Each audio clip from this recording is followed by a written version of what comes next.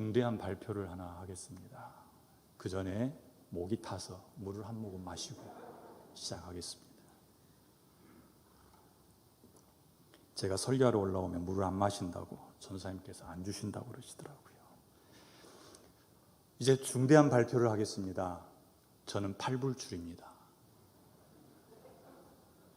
오해하지 마세요. 오늘 설교 제목입니다. 하루는 저녁 식사를 마치고 제 아내 손을 잡고 광주천을 걸었어요. 약 1시간 정도 걷는데 의도하지는 않았는데 걸으면서 대화가 오고 가고 그러다가 중간중간 그건 아닌데요. 오해하지 마세요. 나는 그러지 않았어요. 두 사람에게서 다 그 얘기가 나오는 거예요. 오해하지 마세요. 왕복 1시간을 걸어오면서 서로 그 이야기를 했어요. 중간중간에는 격양되어서 손을 뿌리치려는 상황도 생겼지만 더 꼭 잡고 오해하지 마세요. 그건 당신이 잘못 본 거예요. 부럽지요? 오늘 말씀 보면 하나님께서 자기 백성을 찾아오십니다. 자기의 신부된 교회를 찾아오신 거예요. 하나님이 이렇게 말씀합니다. 나의 성도들을 내 앞에 모으라. 그들은 제사의 언약으로 나와 언약한 사람, 내 앞에서 제사 드리기로 약속하고 내 백성이 된 사람, 내 앞에서 내게 예배하는 것을 즐기는 사람, 그들은 내 신부다. 그들을 내게 모이게 하라. 그리고서 이렇게 7절에서 말씀합니다. 내 백성아 들을지어다. 내가 말하겠다. 이스라엘아 내가 네게 증언하겠다. 오해하지 말아라. 나를 오해하지 말아라. 그 말은 무슨 얘기입니까? 하나님의 백성된 자들이 하나님을 오해하고 있다는 거죠. 22절 말씀 보니까 하나님이 아삽을 통해서 이렇게 말씀하세요. 내가 너에게 말하는데 너희는 나를 잊어버렸다. 하나님을 잊어버린 너희요. 이렇게 말씀하는 거 보니까 기억에서 사라졌다는 얘기는 아닙니다. 왜냐하면 그들이 제물을 들고 하나님의 성전에 나와서 하나님께 예배했기 때문입니다. 하나님을 진짜 잊어버렸다면 성전에 나왔겠습니까? 아니지요. 하나님의 이름을 부르고 하나님께 제물을 드립니다. 그런데 하나님은 그들을 향해서 너희는 나를 잊어버렸다. 모여라. 내가 말하겠다. 나는 하나님, 곧 너희 하나님이다. 너희가 나를 모르는구나. 어떻게 몰랐을까요? 그들은 하나님에 대해서 이렇게 이해하고 있었습니다. 왜냐하면 하나님이 이렇게 말씀하시기 때문이죠. 나는 내 재물 때문에 너를 책망하는 분이 아니다. 백성들은 하나님을 어떻게 느꼈겠어요? 재물을 적게 가져갈까? 아니면 재물을 좀 더 많이 내놔라. 이런 하나님으로 이해하고 있었다는 거죠. 드리기 싫은데 억지로 빼앗긴 듯한 느낌. 그래서 하나님께서 이렇게 말씀합니다. 나는 내 재물 때문에 너를 책망하는 것이 아니다. 내 번제가 항상 내 앞에 있지 않니? 또 이렇게 말씀합니다. 내가 내 집에서 숫소나 내 우리에서 순염소를 가져가지 않은 거야. 너희들은 나를 생각하기를 마치 너희 집에 있는 숫소나 순염소를 빼앗아가는 하나님으로 생각하는데 나 그렇지 않아. 실제로 만약에 우리가 이스라엘 백성들이 구약시대에 하나님께 제사했던 것처럼 하나님께 나올 때마다 소 한 마리를 끌고 나온다면 300두 소 농장을 가지고 있는 분이 1년 예배드리고 나면 소가 몇 마리나 남을까요? 소가 임신해서 새끼를 낳는 데까지 1년이 걸리는데 1년 안에 한 주에 한 마리씩만 드려도 52마리가 필요하네요. 그렇죠? 몇 년을 버틸 수 있을까요? 사람들은 그렇게 생각한 거예요. 하나님께 제사하려면 소가 많이 있어야 되겠구나.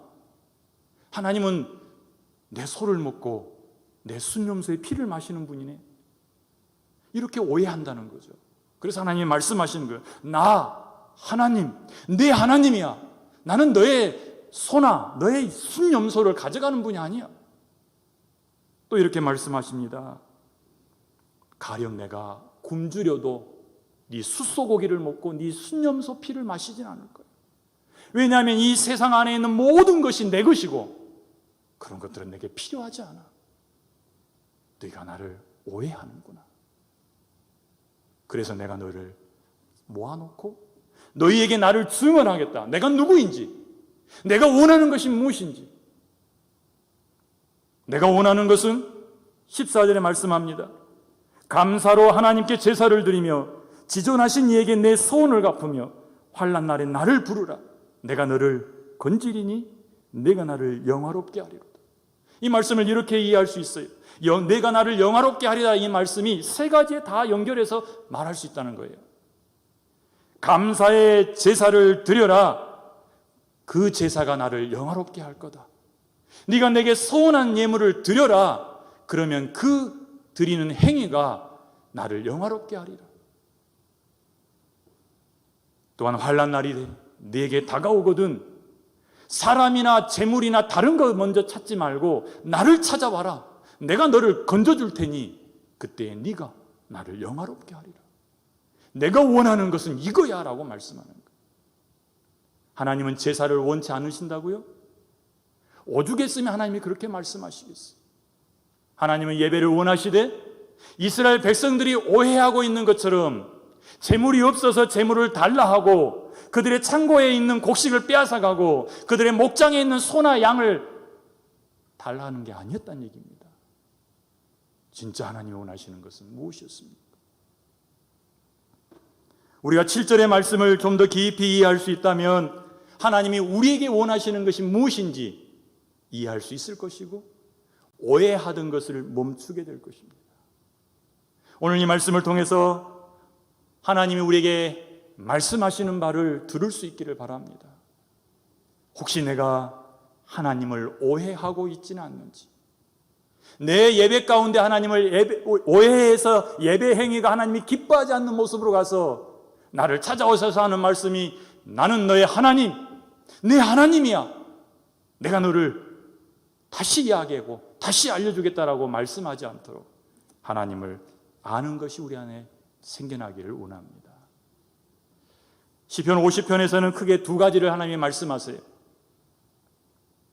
그 하나가 방금 우리가 읽었던 7절에서 15절의 말씀을 통해서 하나님께서 재물에 욕심을 두고 있는 것처럼 너희들은 여기고 있는데 오해하지 마라. 나는 예배를 원하지만 너희들이 생각하는 것처럼 재물을 원하고 너희들이 생각하는 것처럼 너희의 재산을 빼앗아가고 너희가 원하는 것처럼 너희 숫소로 배부르는 그런 존재가 아니다. 오히려 나는 감사를 원하고 나는 너희가 삶 속에서 말씀에 순종하며 사는 것을 원하고 진짜 어려움에 부딪히면 가장 먼저 나를 찾는 진짜 나를 신뢰하는 내 백성, 내 사랑하는 신부가 되기를 원한다라고 말씀하시는 겁니다. 감사로 제사를 드린다는 것이 무엇입니까? 감사함을 가지고서, 감사하는 마음을 가지고서 하나님께 나아가 예배하는 것, 이것을 의미할 수도 있습니다. 그러나 더 깊은 곳에 또 다른 뜻이 들어있어요. 감사하는 마음은 내가 베풀 때 갖는 마음이 아닙니다. 내가 은혜를 베풀 때 갖는 마음이 감사하는 마음이 아니라 반대로 내가 은혜를 입었을 때 내 안에 생겨나는 마음이 감사하는 마음이죠. 감사로 하나님 앞에 나아가 예배하라라는 이야기는 누가 누구에게 은혜를 베푸는지를 알고 그 자리에 서서 예배하는 것을 말하죠. 요즘 잘 쓰지 않는 단어가 있어요. 분수를 알라. 우리가 우리 분수를 알아서 우리가 있어야 할 자리에서 하나님께 예배하는 모습, 그것이 감사로 예배하는 것이라는 겁니다. 이스라엘 백성들은 그 감사가 없었습니다. 그 말은 하나님께로부터 은혜를 받아서 그 은혜에 감사해서 하나님 앞에 나아가서 하나님이 우리의 공급자이십니다, 하나님이 우리의 주인이십니다라고 고백하는 게 아니라 이방 신들에게 이방인들이 제사하는 것을 보고서 그걸 따라하는 거예요. 자기가 섬기는 신을 만족하게 하면 자기가 원하는 것을 얻을 수 있다는 생각에 하나님 앞에 나와서 거래를 하는 거죠. 내가 이렇게 재물을 가지고 나왔으니 하나님은 마음에 드시면 내가 스스로 할 수 없는 일을 도와서 잘되게 해 주십시오. 이건 거래 아니겠습니까? 이건 결코 감사로 제사하는 모습은 아닐 것입니다. 또 하나님은 내게서 빼앗아 가시는 분이라고 생각하면 어떻게 하면 조금이라도 적게 가지고 갈까? 어떻게 하면 좋은 것을 남기고 좀 덜 좋은 것을 갖다가 무마시킬까? 이런 생각으로 가지고 오는 사람도 있었을 거라는 거예요. 그런 사람은 감사로 드리는 제사가 아니었겠죠. 우리는 하나님께 예배를 드려주는 사람은 결코 감사로 예배할 수 없다는 것을 알아야 합니다. 여러분, 하나님께 예배 드리러 나왔습니다. 예배 드리러 왔습니까? 그렇지 않으면 감사로 예배하러 나왔습니까? 한번 볼 수 있기를 바랍니다. 당시 하나님의 백성들이 하나님께 나와 제사를 드리지만 구원에 감사하고 주인 되심에 감사하기보다는 제물을 드려 하나님을 만족하게 하고 하나님이 기뻐하시면 많은 것들로 쏟아 부어주시는 이방신을 섬기는 그런 모습으로 나왔다는 겁니다. 이 신은 아삽이 적었지요. 아삽이 어떤 사람입니까? 아삽은 찬양대 대장이라고 그랬습니다. 곡을 쓰는 사람이에요. 그리고 편곡도 하고 악기를 연주하도록 지휘도 하던 사람이에요. 예배할 때마다 그는 찬양대 앞에 서서 찬양을 지휘하면서 예배하러 온 사람들을 보았을 거예요. 그들을 바라보면서 볼 수 있지 않겠어요? 저 사람은 전심으로 하나님 앞에 서는구나. 감사함으로 드리는구나. 저 사람은 하나님 앞에 협상하러 나왔구나. 아마 보였을 거라고요.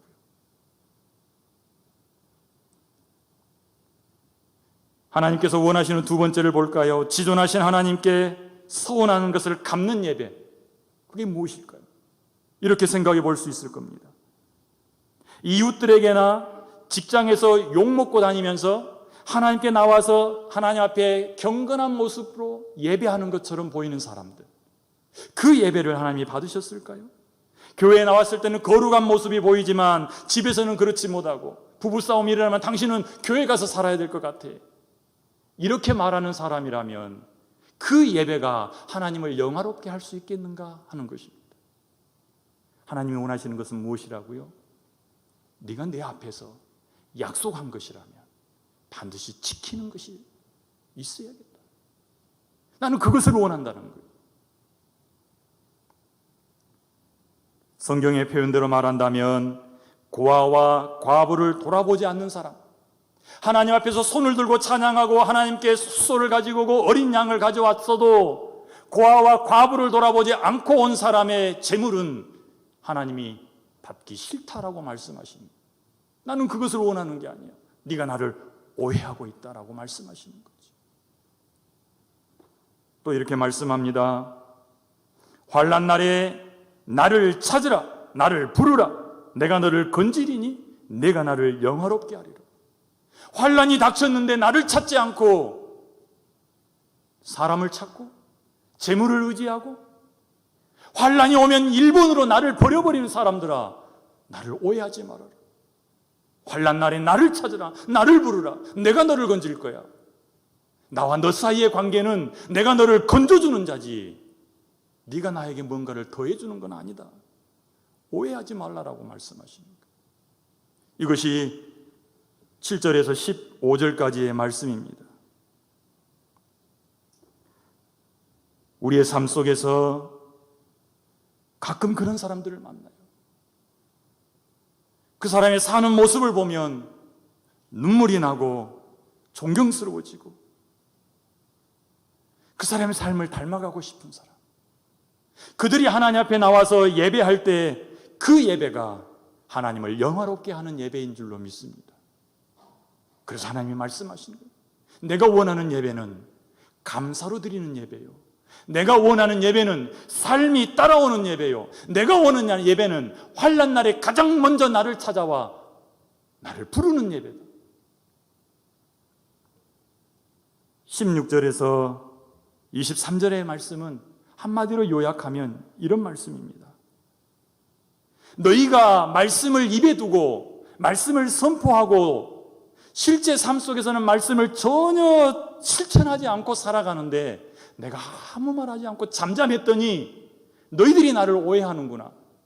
내가 너 같은 줄 알고. 그러나 잊지 말아라. 내가 너희를 찾아와서 너희를 책망하고 내 죄를 내 눈앞에서 낱낱이 드러낼 것이다. 이렇게 말씀하시는 거예요. 우리가 범죄하고도 하나님이 벌하지 않으시자 하나님도 우리와 같구나. 내 마음 알아주시는구나. 하나님도 다 아시지요. 그리고서 회개하지 않고 여전히 죄 가운데 머물러 있는 사람들을 향해서 말씀하시는 거예요. 너 오해하지 말아라. 내가 너를 책망하겠고 낱낱이 네 죄를 다 드러낼 것이며 회개하지 않으면 내가 너를 찢어 발길 것이다. 이게 하나님이 하시는 말씀이라는 겁니다. 우리는 이 말씀을 통해서 우리 자신을 볼 수 있어야 합니다. 왜냐하면 이 말씀은 아삽이 살던 시대에만 해당되는 말씀이 아니기 때문에 성경에서 예배와 관련하여서 하나님을 오해했던 사람들에 관한 이야기가 아주 자주 나옵니다. 가장 먼저 언급한 사람은 누구냐면요, 창세기 4장에 나오는 가인이에요. 아벨과 가인이 자기의 소산물 가지고 하나님 앞에 나와서 예배를 드렸습니다. 마치 아삽이 예배하던 그 성전에 자기가 숫소를 가져오고 어린 양을 가져왔던 사람들처럼 아벨과 가인도 자기의 소산물 가운데서 일부를 가지고 와서 하나님 앞에 드리면서 예배했다고요. 그런데 성경은 말합니다. 아벨의 예배는 하나님이 받으셨으나 가인의 예배는 받지 않으셨더라. 가인이 화가 났어요. 자기 동생을 들로 끌고 나가더니 죽여버립니다. 문제는 자기 안에 있었어요. 그러나 동생 아벨, 하나님께 연락된 예배를 드렸던 아벨을 죽임으로 마치 자기밖에 없어서 자기의 예배가 온전한 것처럼 드러내기를 원했던 거예요. 여러분 잊지 마세요.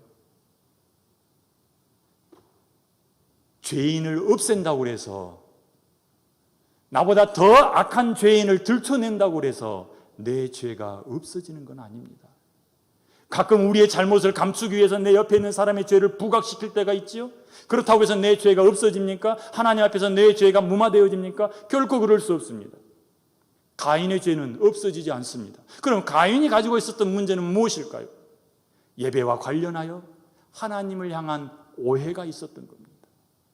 하나님이 가인을 찾아와서 아벨의 피를 호소하십니다.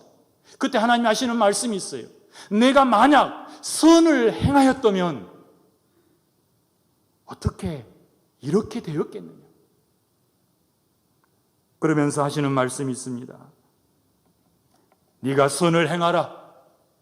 그러면 죄를 이길 수 있을 거다라고 말씀하시는 거예요.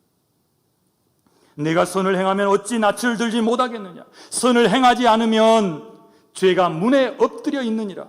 죄가 너를 원하지만 너는 죄를 다스릴지니라. 하나님은 가인에게 이렇게 말씀하셨어요.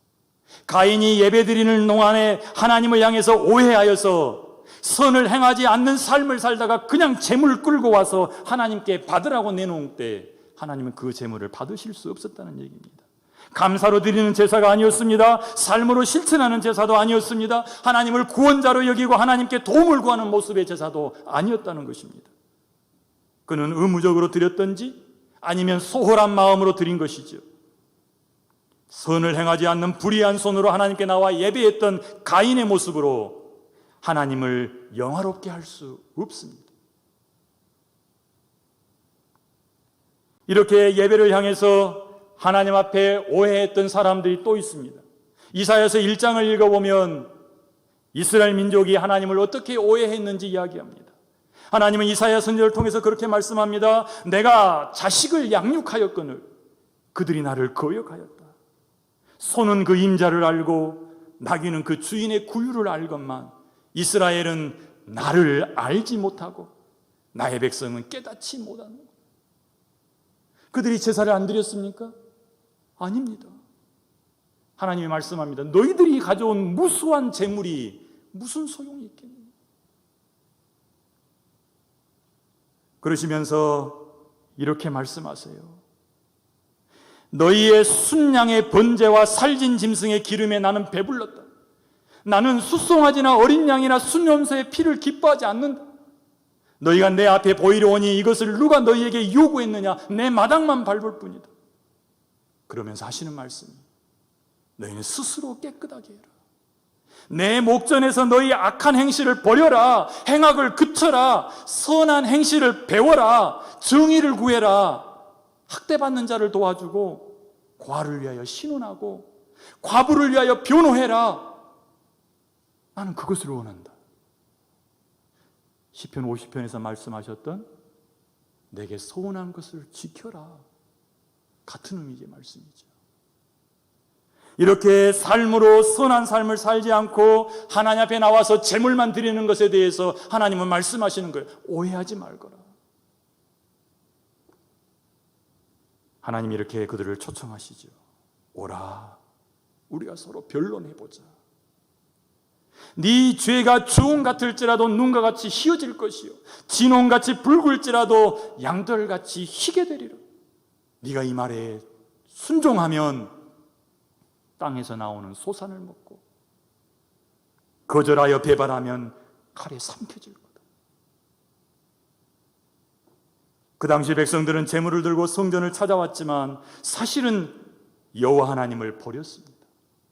이스라엘의 거룩한 하나님을 멀리하고 물러갔다라고 표현하고 있지요. 몸은 하나님 앞에 제물을 들고 나왔지만 그들의 삶은 결코 하나님을 영화롭게 할 수 없었습니다. 이런 말씀은 창세기나 이사야서뿐만 아니라 신약 시대에도 계속 이어져 갑니다. 예수님께서 한 번은 사마리아 수가성에 찾아가셨죠. 수가성 여인을 만나서 그의 문제를 해결해 주시는 과정에 여인이 이렇게 주님에게 묻습니다. 선생님, 우리 조상들은 여기 그리심산에서 예배해야 한다 하고 당신들 유대인들은 예루살렘에 가서 예배해야 한다고 말하는데 도대체 어디서 예배해야 합니까? 이 말씀 속에 그때 당시 사람들이 예배에 대해서 하나님을 어떻게 오해하고 있는지 드러나고 있습니다. 사마리아 사람들, 그들도 하나님께 예배한다고 모였습니다. 그리심산에 모여서 예배하지요. 그런데 이 여인과 예수님의 대화 속에서 들어보면 그들이 드리는 예배 하나님이 결코 받지 않으셨습니다. 그럼 유대인들의 예배는 받으셨을까요? 유대인들은 예루살렘에서 예배해야 된다고 합니다 라고 말하는 거 보니까 유대인들이 가지고 있는 생각은 예루살렘 성전에서 예배해야만 하나님이 받으신다 이렇게 생각하고 있었던 겁니다. 그런데 주님께서 그 여인에게 이렇게 말씀하세요. 여자여, 내 말을 믿어라. 내 말이 정답이다. 오해하고 있구나. 이 산에서도 말고 예루살렘에서도 말고 너희가 아버지께 예배할 때가 이르리라. 곧 지금인데 아버지께 참되게 예배하는 자들은 영과 진리로 예배할지니라.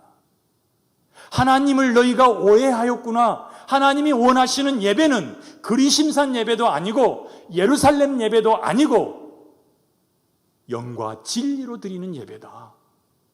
장소가 아니라 하나님이 원하시는 것은 사람이다. 어떤 모습으로 드리는가지 어디서 드리는가를 원하는 게 아니다라고 말씀하시는 거예요. 그러니 그리심산에서 드리던 사마리아 사람들도 예루살렘 성전에서 드리던 유대인들도 하나님을 오해하고 있었던 거죠. 우리는 어떻습니까? 이쯤 되면 우리 시대, 우리 예배 가운데도 혹시 하나님을 오해하면서 드리고 있는 예배가 있을까? 하고 생각해 볼 수 있겠지요. 여러분의 예배는 어떻습니까? 여러분이 이렇게 모여서 드리는 예배 가운데 하나님을 혹시라도 오해하고 있는지 볼 수 있는 눈이 열리기를 원합니다.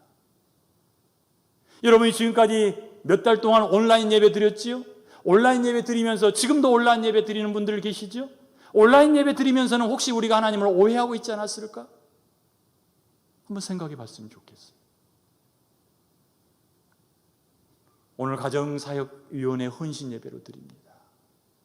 가정사역위원회에 속해 있는 여러분들은 혹시 하나님을 오해하고 계시지 않았을까요? 우리가 가정을 향해서, 우리 서영교회에 속하 있는 가정들을 향해서 어떤 일을 해야 할까요? 하나님을 오해하고 접근한다면 엉뚱한 일을 하면서 하나님을 영화롭게 한다고 자만에 빠질 수 있겠지요. 한 가지 물어보겠습니다.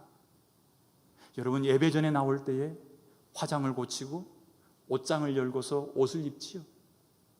그때 무슨 기준에 근거해서 옷을 선택합니까?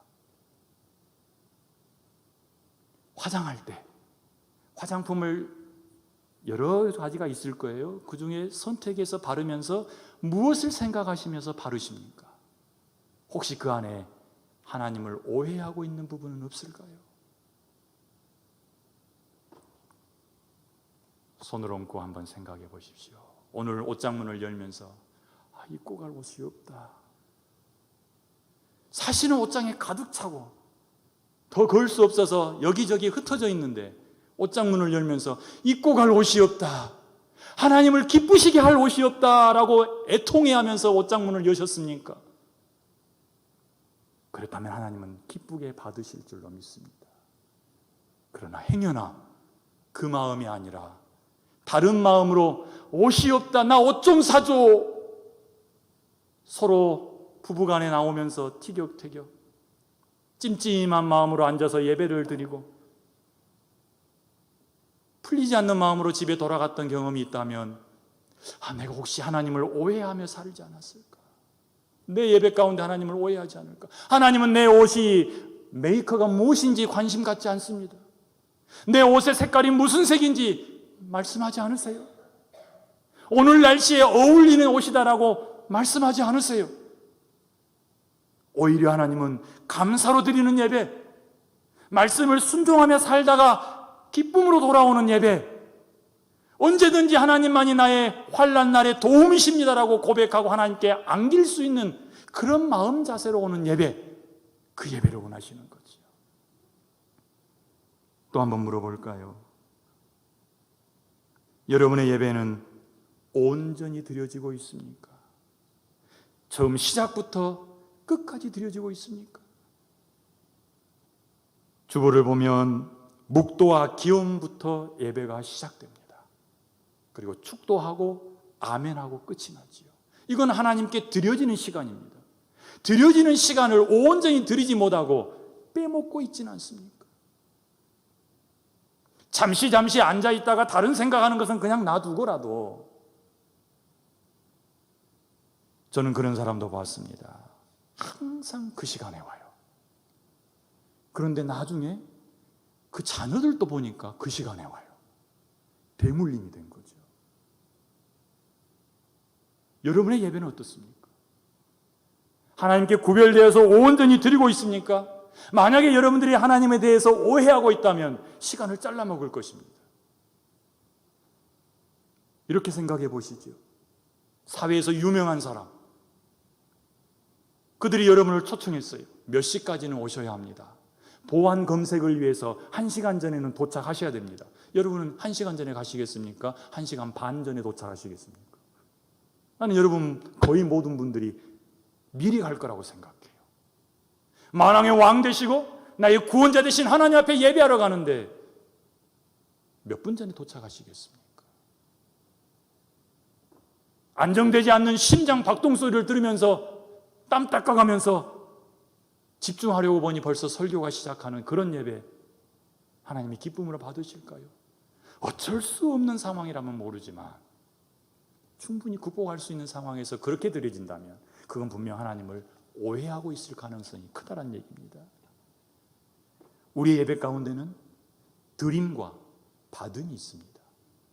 하나님께 드리는 시간이 있고 하나님으로부터 받는 시간이 있죠.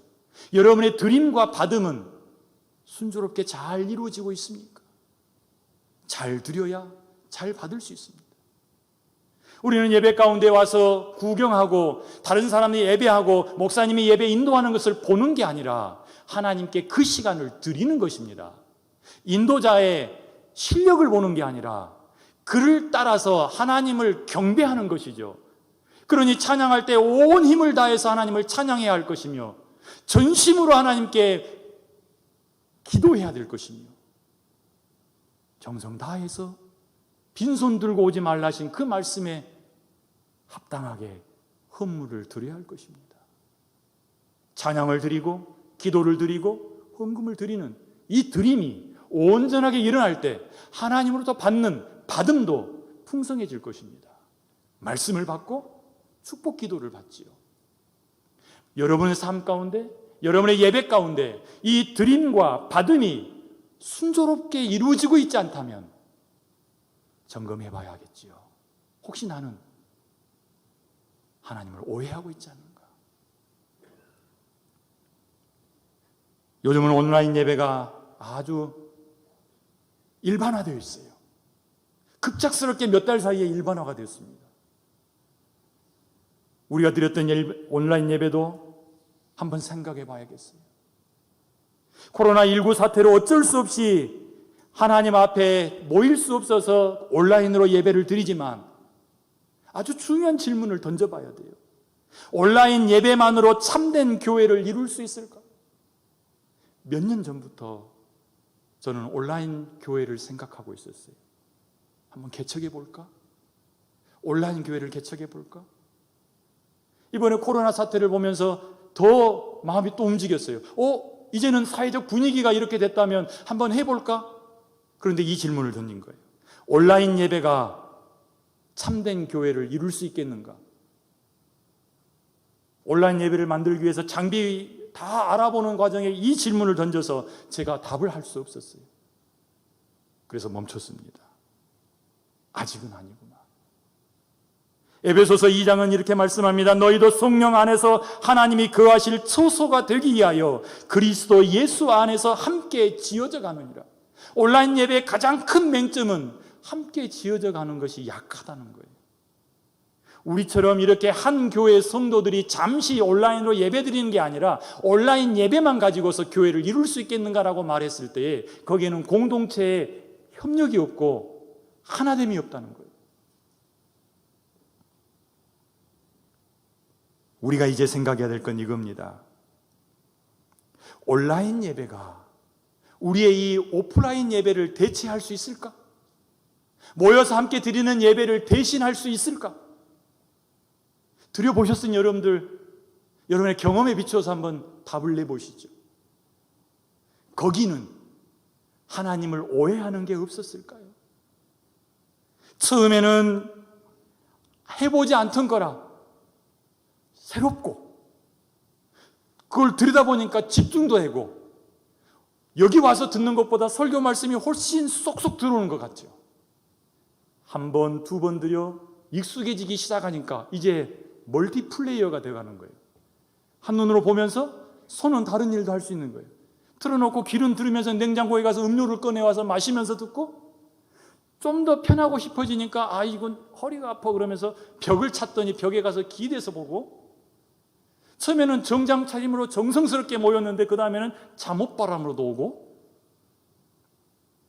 좀에는 좀 형편이 괜찮은 집에서는 안마의자 있으면 안마의자 위에 탁 돌려놓고 그렇지 않던가요? 그것이 이 예배를 대신할 수 있을까요? 우리는 텔레비전 시청에 익숙해진 사람들이에요. 영화 관람에 익숙해진 사람들이에요. 동영상 보는 것 아주 익숙해요. 하나님 앞에서 예배하는 모습으로 섰지만 자칫 잘못하면 텔레비전 시청이나 영화 관람이나 동영상 보는 것처럼 그렇게 가버리는 거예요. 그냥 시청하면서 나는 예배했다. 하나님은 그걸 원하지 않으시잖아요. 조심해야 된다는 겁니다. 온라인 시대이긴 하지만 이 시대에 하나님께 바른 예배자로 서는 것에 대해서는 충분히 더 고민하고 고려해 봐야 될 문제. 우리 아이들도 마찬가지입니다. 걱정하고 있는 게 그거예요. 길어지면 길어질수록. 자, 이제 아이들에게 오늘 또 영상 틀어줬던 부모님들 한번 돌이켜 보십시오. 오늘 낮에 전사님이 그러시더라고요. 옷 단전히 입고 앉아서 예배합시다. 그런데 사진에는 내복 입고 나왔어요. 그걸 남으라는 것은 아니고요. 미리 깨워서 씻겨놓고 옷 예쁘게 입히고 앉아서 예배 드리도록 하기에는 참 쉽지 않을 거라고 생각해요. 하지만 우리가 놓치지 말아야 될 것은 이것은 동영상 시청이 아니라 예배다는 겁니다. 하나님 앞에 예배하는 거예요.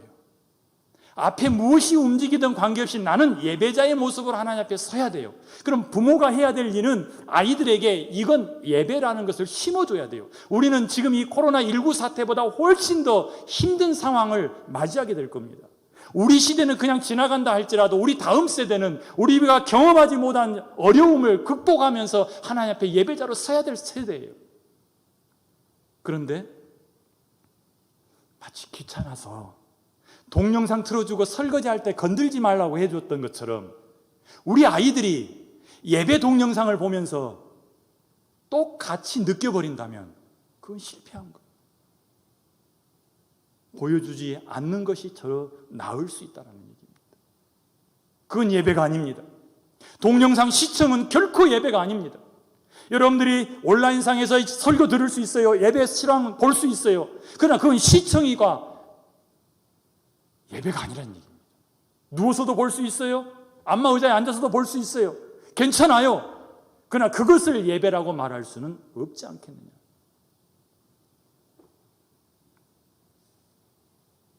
우리 예배를 한번 볼 수 있기를 바랍니다. 우리가 다음 세대에게 분명하게 심어줘야 될 것은 예배자의 자세입니다. 하나님이 원하시는 것은 모양이 아니라 그 사람이라는 얘기입니다. 그냥 일수 찍듯이 와서 도장 찍으면서 이것이 예배다라고 그냥 자기 만족에 빠져버리는 그런 예배자를 만들어서는 안 된다는 거죠. 하나님을 오해하지 않기를 바랍니다. 우리 가정사역위원회 헌신예배입니다. 가정사역위원회가 가장 중심에 둬야 될 게 무엇입니까? 저는 우리 교회에서 가장 중심에 둬야 될 것이 가정예배라고 봅니다. 예배를 세우는 일. 이런 어려운 상황에 모임을 가질 수 없으니 할 일이 없다라고 생각하는 게 아니라 더 깨어서 이런 상황이 더 악화될 경우에 우리는 어떻게 서영교회 가정들을 예배로 살릴 수 있을까를 고민해야 된다는 얘기죠. 하나님을 오해하지 않기를 바랍니다. 이제 말씀을 정리하지요.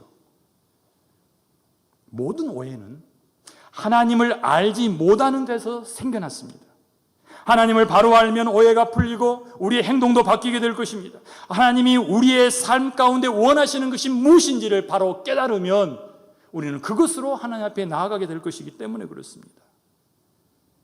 우리가 하나님을 바로 알고 우리의 행동이 바뀔 때에 우리는 삶으로 하나님을 영화롭게 할 수 있을 줄로 믿습니다. 호세아서는 6장에서는 이렇게 이야기합니다. 오라, 우리가 여호와께로 돌아가자. 여호와께서 우리를 찢으셨지만 도로 낫게 하실 것이, 우리를 치셨으나 싸매어 주실 것이다. 그러므로 우리가 여호와를 알자. 힘써서 여호와를 알자. 여호와를 아는 것이 답이라는 얘기입니다. 여호와는 어떤 하나님이십니까?